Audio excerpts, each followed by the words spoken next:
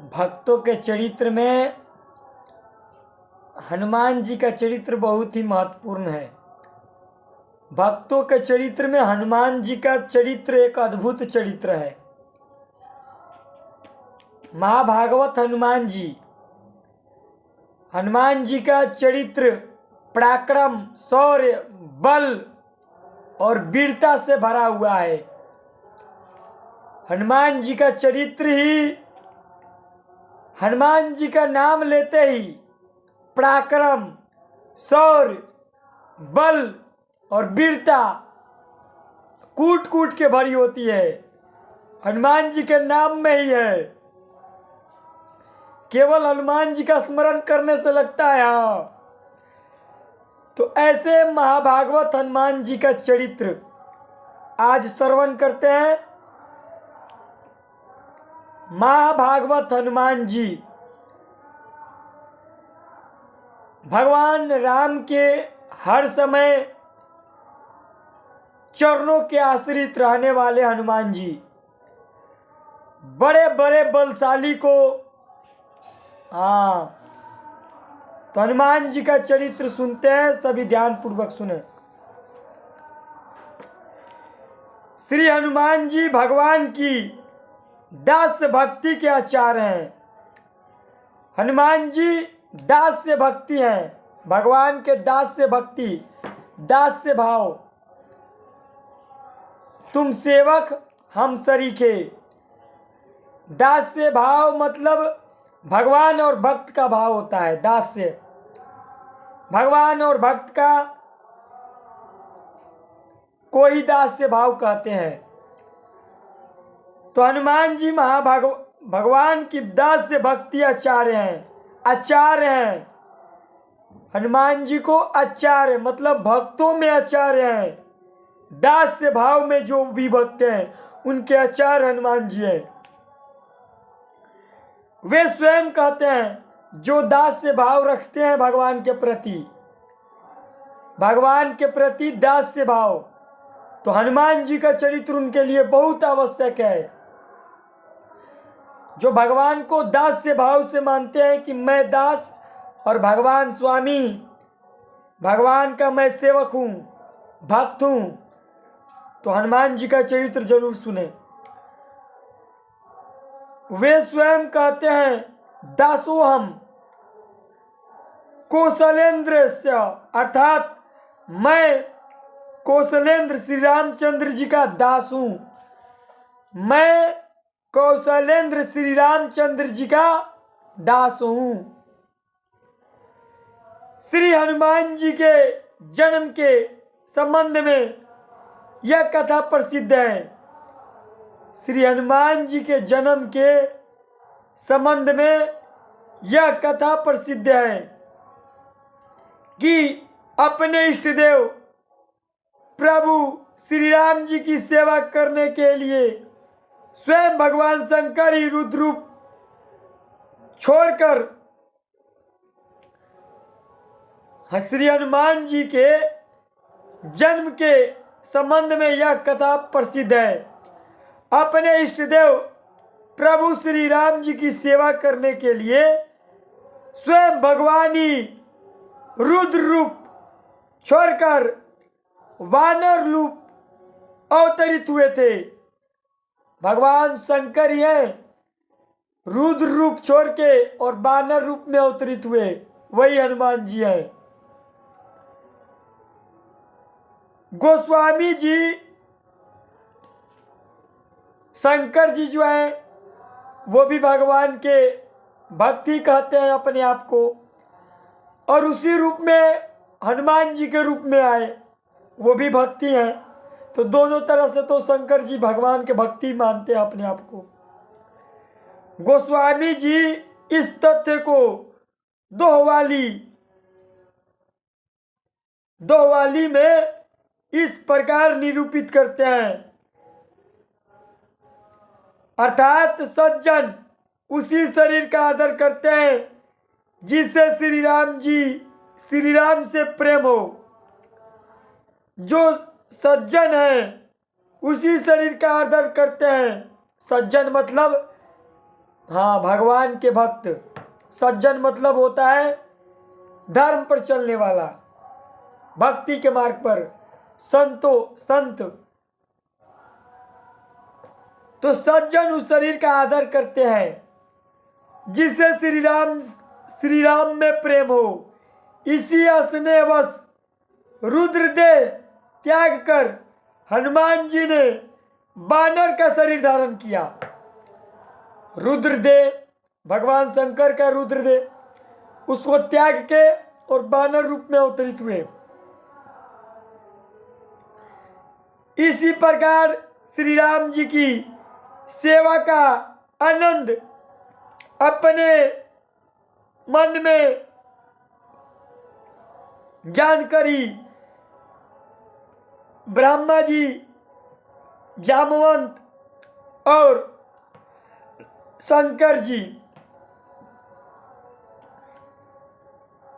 अपने मन में जानकर ब्रह्मा जी, जामवंत और शंकर जी हनुमान जी के रूप में अवतरित हुए। ब्रह्मा जी, जामवंत और शंकर जी हनुमान जी के रूप में अवतरित है। हनुमान जी के रूप में तीनों हैं, ब्रह्मा जी, जामवंत जी और शंकर जी।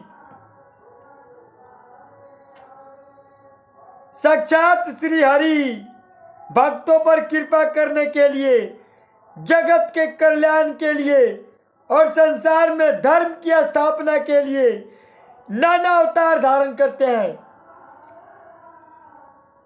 साक्षात श्री हरि भक्तों पर कृपा करने के लिए, जगत कल्याण के लिए, संसार में धर्म की स्थापना के लिए नाना अवतार धारण करते हैं।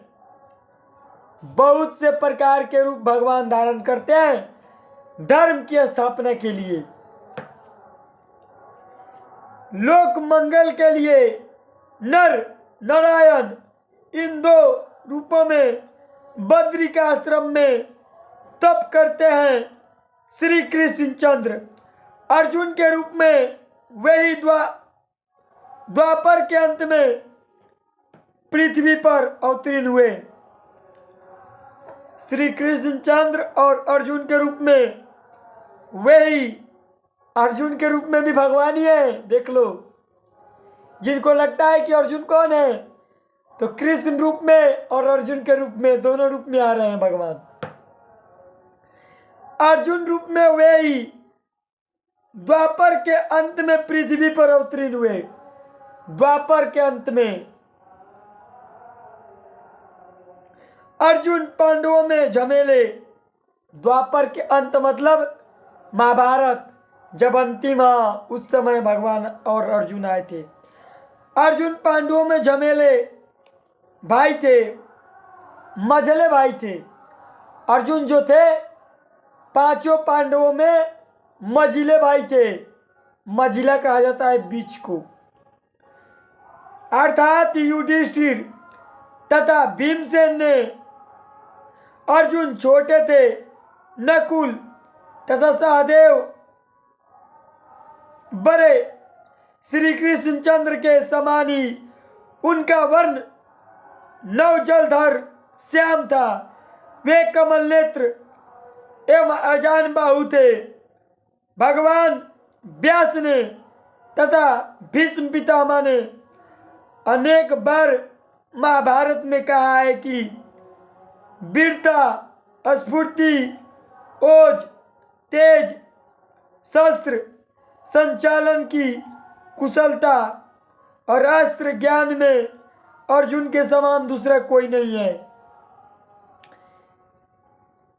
भीष्म पितामह जी कहते हैं कि वीरता, स्फूर्ति और तेज, शास्त्र संचालक की कुशलता और अस्त्र ज्ञान में अर्जुन के समान कोई दूसरा पराक्रमी नहीं है।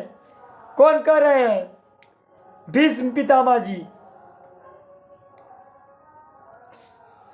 वीरता, ओज, तेज और शास्त्रों में निपुण है अर्जुन। सभी पांडव धर्मात्मा, उदार, विनयी ब्राह्मणों के भक्त तथा भगवान को परम प्रिय थे। सभी पांडव धर्मात्मा थे, इसीलिए भगवान इधर आए। सभी पांडव क्या थे? धर्मात्मा थे। अर्जुन के रूप में भगवान ही थे। अर्जुन के समान कोई दूसरा नहीं। सभी पांडव धर्मात्मा, उदार, विनयी, ब्राह्मणों के भक्त तथा भगवान को परम प्रिय थे। उदार, विनयी, ब्राह्मणों के भक्त तथा प्राण प्रिय थे। दृढ़ प्रतिज्ञा के लिए, किंतु अर्जुन तो श्री कृष्ण चंद्र से अभिन्न, उन श्याम सुंदर के सम्यक सखा और उनके प्राणी थे। अर्जुन सबसे भगवान से प्रेम करते थे। उनका प्राण भगवान में बसता था। पांचों भाई में भगवान के सबसे निज रहने वाले अर्जुन है। और अर्जुन को हर समय देखना, भगवान जब भी रहते हैं अर्जुन के साथ ही रहते हैं। अर्जुन के आसपास ही रहते हैं भगवान, क्योंकि अर्जुन के मन में भगवान ही बसते हैं।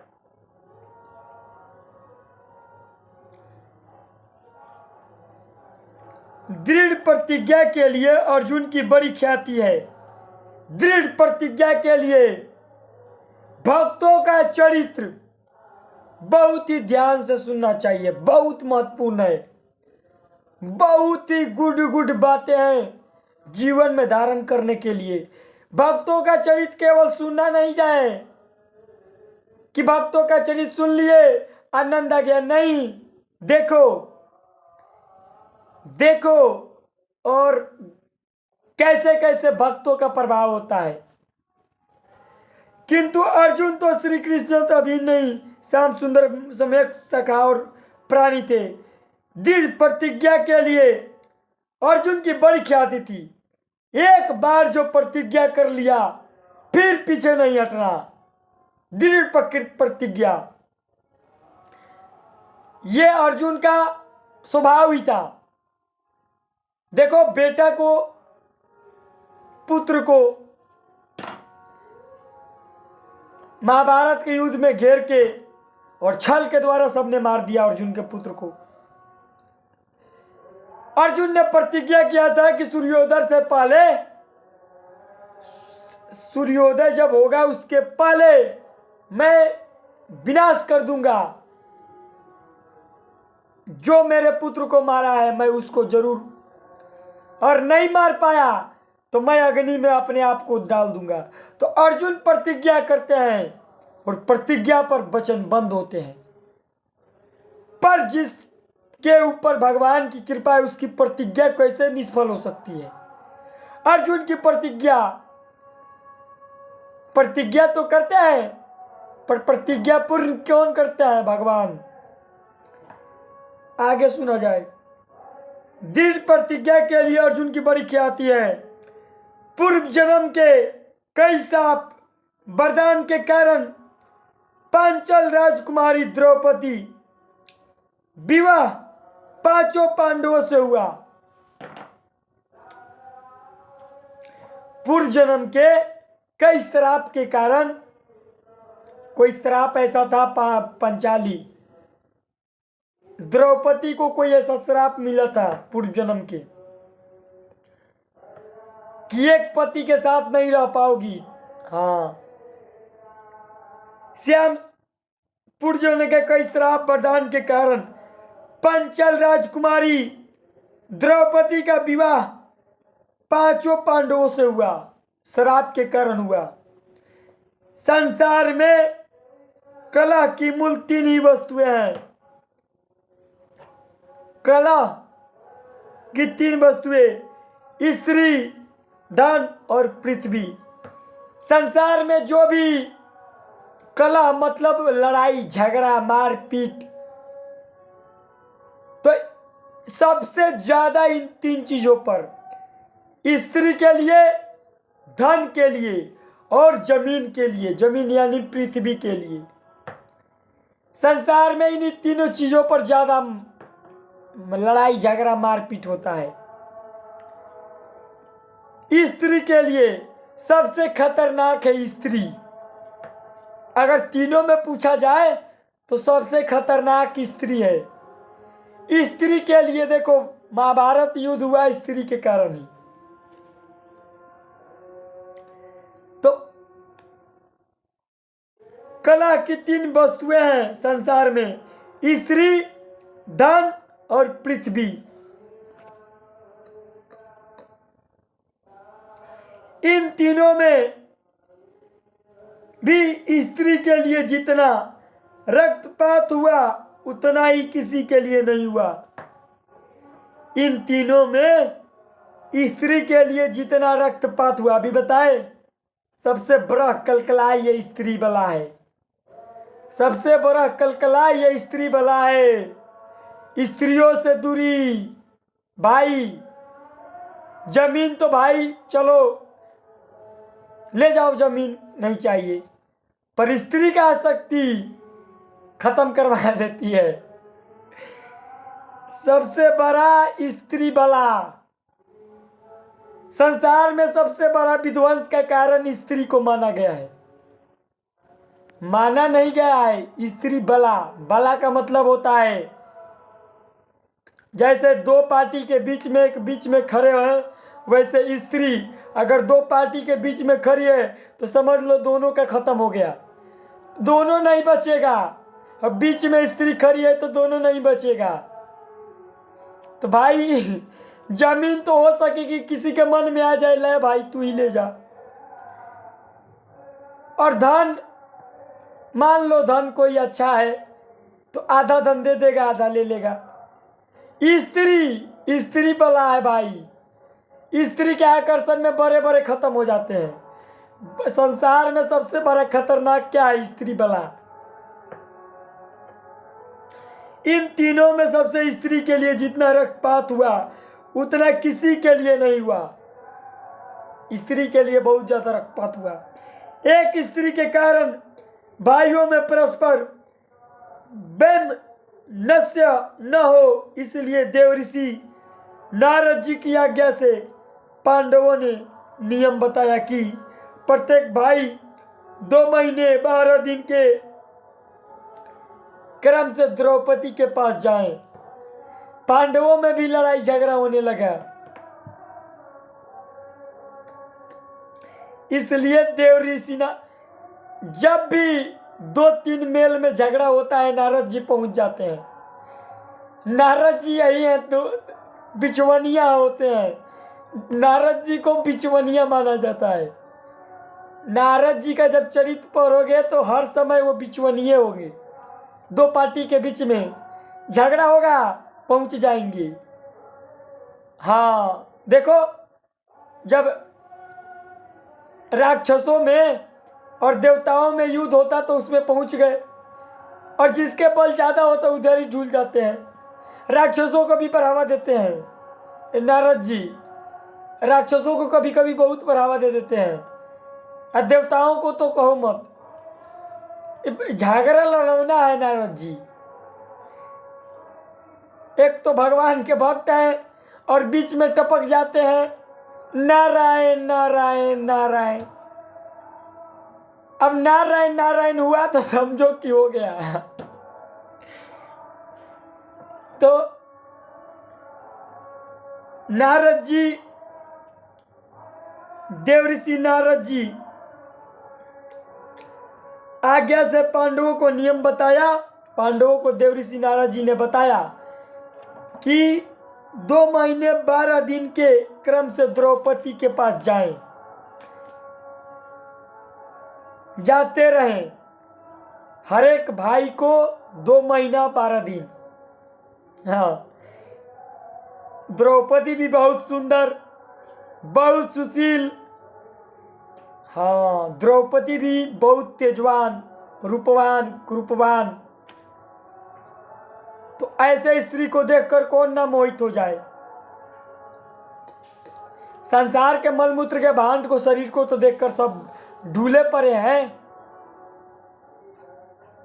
तो ये भाई स्त्री बहुत बड़ी बला है।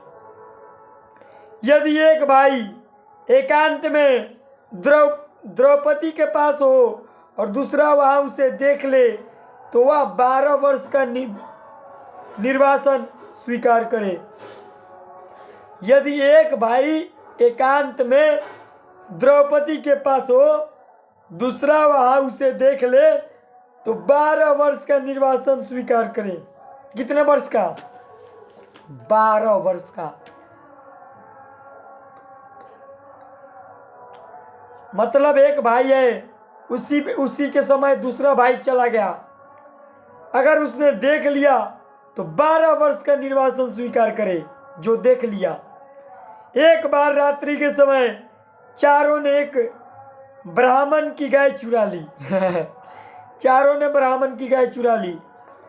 वह पुकारता हुआ राजमहल के पास आया। वह कह रहा था, जो राजा प्रजा से उसकी आय का 6वां भाग लेकर भी रक्षा करता है वह पापी है। जो राजा प्रजा से उसकी आय का 6वां भाग लेकर रक्षा नहीं करता वह पापी है। राजा का मतलब होता है धनवान। धनवानों से जो धन लिया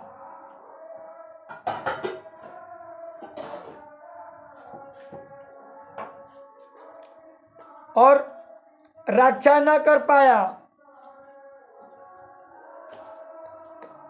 वह पापी है। अर्जुन ने ब्राह्मण को आश्वासन देकर शस्त्र लेने भीतर गए। अर्जुन ने ब्राह्मण को आश्वासन देकर शस्त्र लेने भीतर गए। जहां उनके धनुष आदि, वहां युधिष्ठिर द्रौपदी के साथ एकांत में स्थित थे। उसी समय द्रौपदी के साथ युधिष्ठिर एकांत में स्थित थे। एक और ब्राह्मण के गोधन की रक्षा का प्रश्न था और दूसरी ओर जाकर शस्त्र ले आए वे लुटेरों का पीछा करके उन्हें दंड दिया। गौ चुराए ब्राह्मण को दे दी। अब वे धनंजय निर्वासन स्वीकार करने के लिए उद्यत हुए। युधिष्ठिर जी ने बहुत समझाया, बड़े भाई के पास एकांत में छोटे भाई का पहुंच जाना कोई बड़ा दोष नहीं है। जहां बड़े भाई और पत्नी है उनकी, वहां छोटे भाई पहुंच जाए तो ऐसा माना जाता है कि कोई दोष नहीं लगेगा। द्रौपदी के साथ युधिष्ठिर सबसे बड़े भाई हैं और उनसे सबसे छोटे भाई ये सब हैं। बिचवनिया तो अर्जुन हो गए, युधिष्ठिर, भीमसेन, नकुल, सहोदय, ये सब भाई। एकांत में छोटे भाई का पहुंच जाना बहुत कोई बड़ा दोष नहीं है। द्रौपदी के साथ साधारण बातचीत तो हो ही रही थी। ब्राह्मण की गाय बचाना राजधर्म था, अतः वह तो राज्य का ही कार्य हुआ। ब्राह्मण की गाय बचाना राजधर्म था, अतः वह राज्य का ही कार्य हुआ। परंतु अर्जुन इन सब प्रयत्नों से विचलित नहीं हुए। उन्होंने कहा, महाराज, मैं आपसे ही सुना, धर्म पालन में बहानेबाजी नहीं करनी चाहिए, मैं सत्य को नहीं छोड़ूंगा। अर्जुन ने क्या कहा? धर्म पालन में बहानेबाजी नहीं करना है। बहुत बड़ी बात कही। धर्म पालन में बहानेबाजी नहीं। भगवान की भक्ति, भगवान की भक्ति, सत्संग, अरे मन नहीं लगता, अरे सत्संग चालू हो गया, भगवान का नाम नहीं, सब बहानेबाजी धर्म के मार्ग में।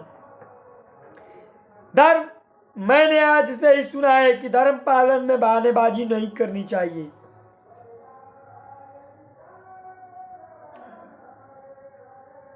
मैं सत्य को नहीं छोड़ूंगा। किसने कहा? अर्जुन ने। नियम बनाकर उसका पालन न करना तो असत्य है। नियम बनाकर पालन न करना असत्य है। नियम बन गया, पालन करना ही है। देखो, धर्मात्मा पुरुष में यही होता है। जो धर्म पर चलता है उसमें ये 3 बातें होती है। धर्म के मार्ग में प्रमाद, आलस नहीं। दूसरा, असत्य नहीं, असत्य नहीं। बहानेबाजी नहीं। और भय, डर नहीं। धर्म पालन में कोई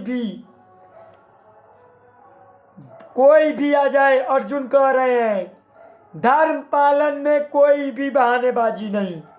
बहानेबाजी का मतलब होता है अरे तो कल होगा, परसों हो जाएगा, तरसों हो जाएगा, अब भी। तो धर्म पालन में बहानेबाजी नहीं करना चाहिए। मैं सत्य को नहीं छोड़ूंगा। नियम बनाकर पालन न करना तो असत्य है।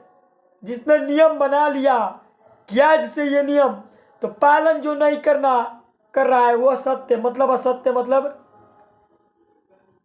धर्म से विमुख।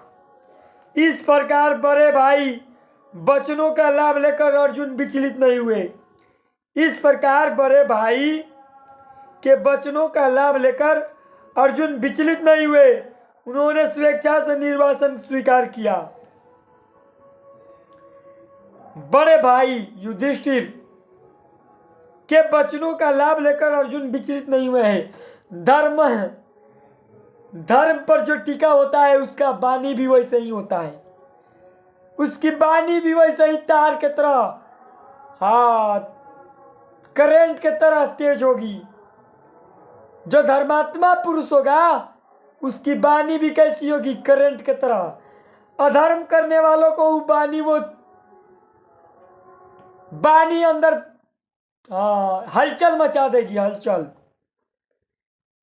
या तो वहां से वो भागी जाएगा ये बड़े बड़े के होश उड़ा देता है धर्म पर चलने वाले। या तो वहां से भाग जाएगा या उसकी वाणी सुनना नहीं चाहेगा।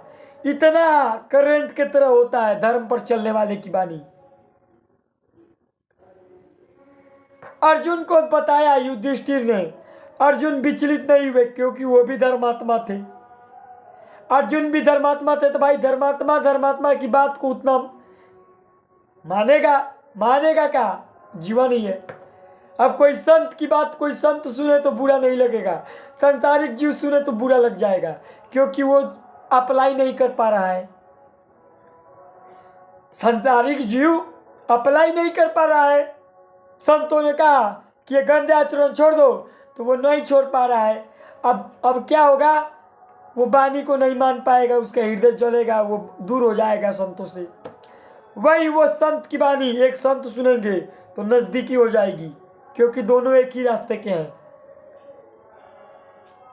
संसार और भगवान के भक्त एक नहीं हो सकते, तो जो भक्त बोलेंगे वो संसार कैसे मानेगा? नहीं मानेगा, और मानेगा भी तो बहुत बिरला ही होगा।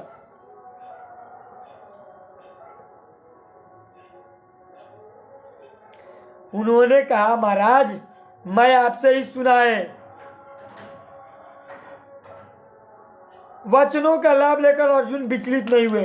उन्होंने स्वेच्छा से निर्वासन स्वीकार किया। व्यास जी की आज्ञा से अर्जुन तपस्या करके शस्त्र प्राप्त करने गए। महर्षि वेद व्यास, जो महाभारत के रचयिता हैं, वेद व्यास जी, उनकी आज्ञा से अर्जुन तपस्या करके शस्त्रों को प्राप्त करने गए। अपने तप पराक्रम से उन्होंने भगवान शंकर को प्रसन्न करके